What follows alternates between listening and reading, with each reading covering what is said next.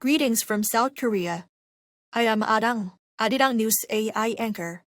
Here is the news-making headlines today.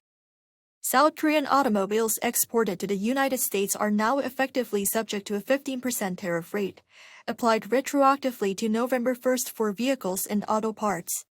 The U.S. Federal Register published the official notice on Wednesday, implementing the tariff elements of the U.S.-Korea Strategic Trade and Investment Deal, with the notice going into effect on Thursday. For other key sectors, the effective date is November 14th. This specifically covers civil aircraft parts as well as timber, lumber, and derivative wood products. This move operationalizes the bilateral agreement following the recent summit, finalizing the exchange of South Korea's pledge of $350 billion in investment for U.S. tariff adjustments and extended security cooperation. Seoul is pressing Washington to speed up follow-up measures of the two recent Korea-U.S. summits, covering areas of economic and strategic cooperation. This comes as Vice Foreign Minister Myung-bo visits the United States to meet with officials and leading figures on Indo-Pacific security. According to the Foreign Ministry on Thursday, Park met with the Heritage Foundation's Executive Vice President Derek Morgan and former Assistant Secretary of Defense for Indo-Pacific Security Affairs Randall Shriver. Park reportedly gathered their views on recent bilateral summits and requested broad American support for rapid follow-up measures on areas including shipbuilding cooperation, nuclear-powered submarines, and visas for Korean workers. Following talks between Russian President Vladimir Putin and U.S. emissaries for an end to the war in Ukraine, almost all of NATO's foreign ministers gathered in Brussels on Wednesday. The European leaders accused Putin for showing no willingness to end the war, as they reaffirmed their support for Ukraine.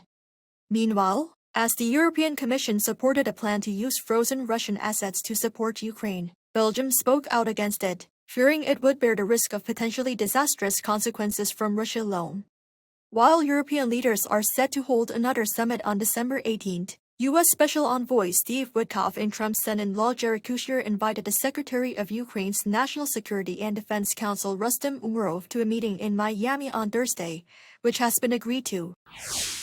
In the U.S., House Democrats released photos and videos from Jeffrey Epstein's private island in the U.S. Virgin Islands on Wednesday.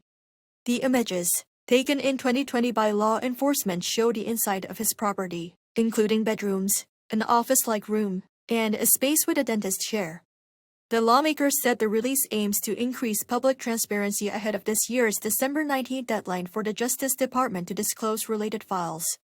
The island was central to previous allegations that dozens of young women and children were trafficked and abused there.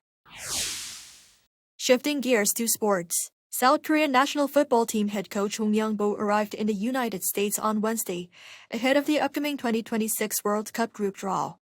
Speaking to reporters upon arrival at Dulles International Airport, Hong said that qualifying for the World Cup is a great honor both personally and for the team.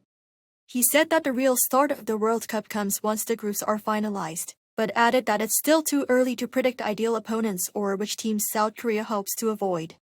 The official draw will take place on Friday at the Kennedy Center in Washington, D.C.